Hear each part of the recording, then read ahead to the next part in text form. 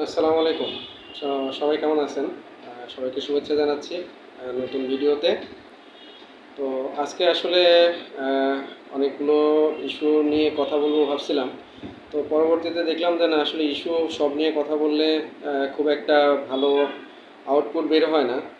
তো আজকে ইস্যুটা হলো যে আম আমেরিকান যেই রাজনৈতিক ব্যক্তিত্ব বাংলাদেশে আসছিলেন, মিস্টার লু।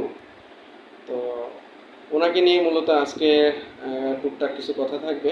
সেই সাথে আমাদের প্রাইম মিনিস্টার শেখ হাসিনার একটা উক্তি থাকবে। তো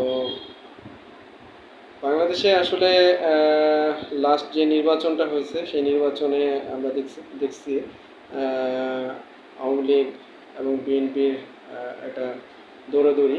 তো সেখানে আসলে আমেরিকান যেই আহ, রাজনৈতিক ব্যক্তিত্ব এবং আমেরিকান যে লবি লোকজনগুলো ছিল, তারা মূলত বাংলাদেশে নির্বাচনের আগে ব্যাপক দৌড়ঝাঁপ করছে এবং নির্বাচনের ঠিক আগে দিয়ে মানে আবার তারা চুপও হয়ে গেছে। আবার এখন নির্বাচন শেষ, আওয়ামী লীগ গভর্নমেন্ট ক্ষমতায় চলে আসছে, আবার মিস্টার লু বাংলাদেশে আসছে। আমাদের প্রাইম মিনিস্টারের সাথে কথাবার্তা বলে গেছে, আমাদের দেশের যে রাজনৈতিক নেতা আছে তাদের সাথে কথাবার্তা বলে গেছে। তো তার প্রেক্ষিতে আমাদের প্রধানমন্ত্রী বলছিলেন যে কোনো একটি রাষ্ট্র চাচ্ছে যে আমাদের পার্বত্য চট্টগ্রাম এবং মায়ানমারের কিছু অংশ এবং ইন্ডিয়ান মিজোরাম বা এই অঞ্চলটাকে নিয়ে একটা খ্রিস্টান রাজ্য গঠন করার চেষ্টা করতেছে বা করবে। তো আসলে আমি ওনার এই কথাটাকে খুব মানে কী বলবো, হেলায় ফেলে দিতে চাচ্ছি না।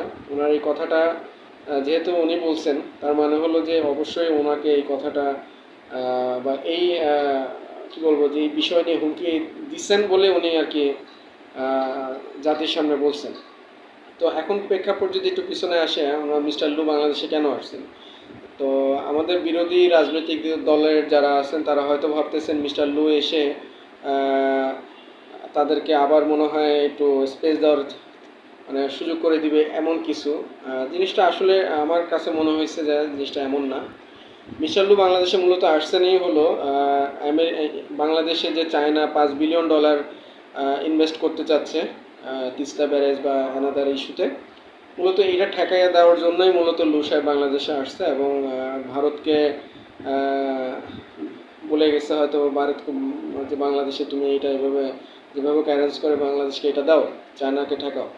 তো আমার আসলে মেন ইস্যুটা হলো যে মেন কথাটা হলো যে ইন্ডিয়া এবং আমেরিকা তারা একই গোয়ালের গরু।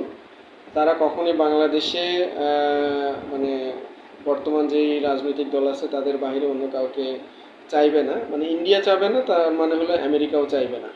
তো আমাদের দেশে বর্তমান প্রেক্ষাপটে যা চলতেছে বা এখন যা শুরু হয়েছে, তাতে অনেকে আমেরিকাপন্থী, অনেকে ইন্ডিয়াপন্থী এবং আমেরিকা ইন্ডিয়াপন্থী এগুলো বলতে বলতে এখন জিনিসটা এমন হয়ে গেছে যে আসলে মানে এটা একটা ছেলে খেলার মতন হয়ে গেছে। তো আলটিমেটলি আসলে জিনিসটা এমন না। আমেরিকা তার আলটিমেট গোল হলো এবং ইন্ডিয়ার আলটিমেট গোল হলো চায়নাকে ঠেকাও।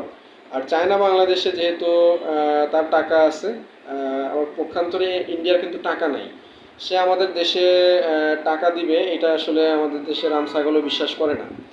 তো আলটিমেটলি হলো মানে ইন্ডিয়া এটা ছলে বলে কৌশলে যেভাবে হোক চেষ্টা করবে। কিন্তু বাংলাদেশে চাইনিজ ইনভেস্টমেন্ট বাংলাদেশ সরকার চাইলেও ঠেকাইতে পারবে না। মিস্টার লু বাংলাদেশে মূলত এই জন্যই আসছিল যে চাইনিজ যে ইনভেস্টমেন্টটা বাংলাদেশে, এবং বলা যায় যে এখন চাইনিজ ইনভেস্টমেন্ট আমেরিকা, ইউরোপ বা ইংল্যান্ডের থেকেও বেশি হচ্ছে, সামনে আগাচ্ছে।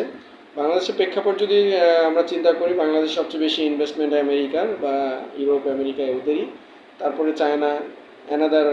ইন্ডিয়ার আসলে খুব একটা বেশি আছে বলে আমার মনে হয় না, বা আমি আমার যতটুকু দেখছি যে ইন্ডিয়া আসলে খুবই কৃপণ একটা জাতি। তারা আসলে ছলে বলে কৌশলে সব কিছু আদায় করতে চায়, সেটা ইনভেস্টমেন্ট মানে করে টাকা খরচ করে, রুপি খরচ করে, ডলার খরচ করে তারা সেটা পেতে চায় না। তো যাই হোক, মেইন ইস্যুটা হলো মিস্টার লু বাংলাদেশে আসছেনই মূলত যেমন হলো উনি এসে আমাদের গভর্নমেন্টকে বলে গেছে যে তোমরা চাইনিজ ইনভেস্টমেন্ট নিও না। আবার উনি যাওয়ার পথে কিন্তু যাওয়ার পর পরই হলো আমাদের সাবেক সেনাপ্রধান এবং তার পরিবারের উপর একটা স্যাংশন দিচ্ছে। এক হলো যে উনি বাংলাদেশে এসে বুঝাই গেছে এবং যাওয়ার পরে এটা বুঝাইছে যে দেখো আমার কিন্তু শক্তি আছে, মানে আদর করে আবার পিছনে যে একটা বাড়িয়ে দিছে। তো আমেরিকা তার কাজ করতেছে। এখনো আমাদের বাংলাদেশে যে বিরোধী রাজনৈতিক দলের যে ভাইরা আছেন তারা যদি এখনো মনে করেন যে আমেরিকা বাংলাদেশে তাদেরকে ক্ষমতা এনে দেবে, এটা টোটালি রং। এবং এটা আমি গত নির্বাচন না আরও অনেক আগে থেকেই বলতেছি যে আমেরিকা আসলে আপনার বন্ধু না। বিশেষ করে বিরোধী রাজনৈতিক যারা দলের যারা আছেন তাদের তাদের কাছে আমেরিকা আপনার বন্ধু না।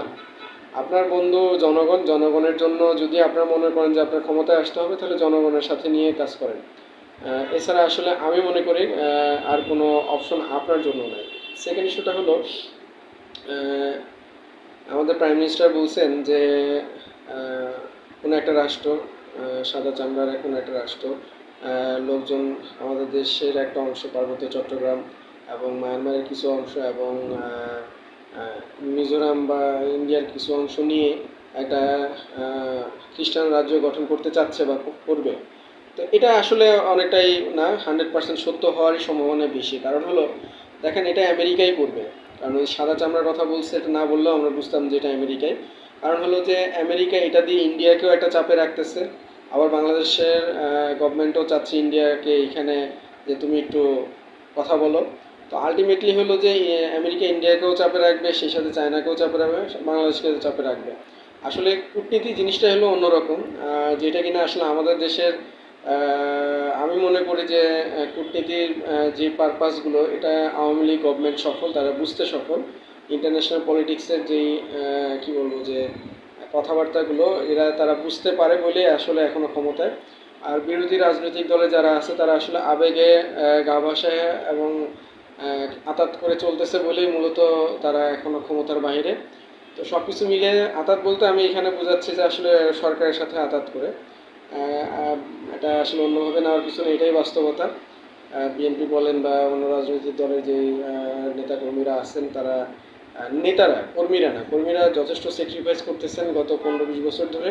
কিন্তু নেতারা ঠিকই হলো তাদের আখের গুছায়, তাদের সম্পদ রক্ষা করা, সব কিছুর জন্য তারা দেখা যাচ্ছে যে রানিং রাজনৈতিক ক্ষমতায় যারা আছে তাদের সাথে লিয়াজি করে চলতেছে। এটাই বাস্তবতা। তো সেকেন্ড যে ইস্যুটা ছিলাম যে খ্রিস্টান রাজ্য, এটা আসলে খুবই কি বলবো যে আমাদের বিশেষ করে বাংলাদেশিদের জন্য একটা গুরুত্বপূর্ণ ইস্যু। কারণ আসলে আমরা যারা চট্টগ্রাম পার্বত্য চট্টগ্রামের বিষয়ে জানি, আমরা জানি যে সেখানে এখন গারো বলেন, মানে মারমা বলেন বা উপজাতি যারা আছে তারা তারা নিজস্ব একটা ধর্ম ছিল। তার অধিকাংশই কিন্তু সেই ধর্ম বা বৌদ্ধ ছিল। তারা এখন ওই ধর্ম থেকে তারা কিন্তু কনভার্ট হয়ে এখন অধিকাংশই মুসলিম, সরি, খ্রিস্টান ধর্মাবলম্বিত হয়েছে আর কি। মানে তারা কনভার্ট করছে তাদের ধর্ম। এবং এটার জন্য আমাদের দেশে ইউরোপিয়ান বলেন বা আমেরিকান বলেন, অর্থে লালিত পালিত এনজিওগুলো তারা এখানে হিউজ কাজ করে যাচ্ছে নিয়মিত, আমরা জানি, আমাদের সরকার জানে, সবাই জানে। তো আসলে এখানে আলটিমেটলি পূর্ব তিমুরের মতন একটা অবস্থা হয়ে যায় কি না, এটা নিয়ে আসলে আমি যেমন শঙ্কিত, আমার মনে হয় যে আপনারাও শঙ্কিত। তো আলটিমেটলি হলো যে আসলে দুইটা রাজনৈতিক যে ইস্যু নিয়ে কথা বললাম। প্রথম কথা হলো যে নূর সাহেব যে বাংলাদেশে আসছেন, সেটা হলো তার আসার উদ্দেশ্যটাই হলো আপনাকে ক্ষমতায় বসায় দেওয়ার জন্য না। আলটিমেটলি সে আসছিল চায়নার ইনভেস্টমেন্ট বাংলাদেশে ঠেকায় দেওয়ার জন্য। আর পার্বত্য চট্টগ্রাম সহ আশেপাশে ইন্ডিয়া এবং মায়ানমারের কিছু অংশ নিয়ে একটা যে খ্রিস্টান রাজ্য হতে যাচ্ছে সামনে, যেটা আমাদের প্রধানমন্ত্রী আশঙ্কা করছে, উনি এটা বলছেন। এটা আমি মনে করি ওনার সাথে আমি একমত। উনি যেটা বলছেন, ওনাকে বলছেন বলেই একমত। জিনিসটা এমন না, এটা আসলে সুদূর প্রসারী খ্রিস্টানদের একটা সুদূর প্রসারী একটা প্ল্যানের অংশ হিসেবে চলতেছে। আমরা যারা ছোটো থেকেই আসলে এই পার্বত্য চট্টগ্রাম ইস্যুগুলো নিয়ে দেখছি, তাদের কাছে এটা এখন মনে হচ্ছে এটা সামনে একটা ভয়াবহ রূপ নিতে যাচ্ছে। তো আমার মনে হয় যে এই ইস্যুগুলো, মানে বিশেষ করে এই ইস্যুটা নিয়ে সবার কথা বলা উচিত। কারণ নিজ দেশে আসলে স্বাধীন, মানে যুদ্ধ করে একটা স্বাধীন দেশ আবার ভাগ হবে বা কেড়ে নিবে, এই জিনিসটা আসলে খুবই প্যাথেটিক। আমরা আসলে কখনোই চাই না, আমরা চাই সবাই একসাথে থাকতে। কারণ হলো যে আমরা দেখছি যে কদিন আগেও হলো পাহাড়ে একটা অশান্তি তৈরি হয়েছে এবং এই অশান্তির পিছনে যদিও ইন্ডিয়া জড়িত, তারা তাদের স্বার্থে এই জঙ্গি গোষ্ঠীগুলোকে মানে মানে খায়ের পরে বাঁচায় রাখার চেষ্টা করতেছে, কিন্তু আলটিমেটলি আমার মনে হয় যে ইন্ডিয়া যেটা করতেছে এটা তার জন্য ক্ষতি হবে। তো সবার কাছে অনুরোধ থাকবে যে রাজনৈতিক যে কোনো বিশ্লেষণ বোঝার আগে ইন্টারন্যাশনাল মানে কলকাঠি কোন দিকে যাচ্ছে এটা আগে বুঝবেন। কারণ আসলে আমরা আবেগে চলি, আমাদের এই আবেগটাকে আসলে একপাশে রাখা উচিত। কারণ মনে হয় যতটাই আমরা সাদা চোখে দেখি না কেন, দুনিয়াটা আসলে সাদা চোখে চলে না। তো যাই হোক, লু সাহেব তার মানে কর্ম সম্পাদন করে গেছে এবং আমাদের দেশের রাজনৈতিক নেতারাও তাদের ব্যর্থতা কি বলবো যে ঢাকার চেষ্টা করতেছে বিভিন্নভাবে।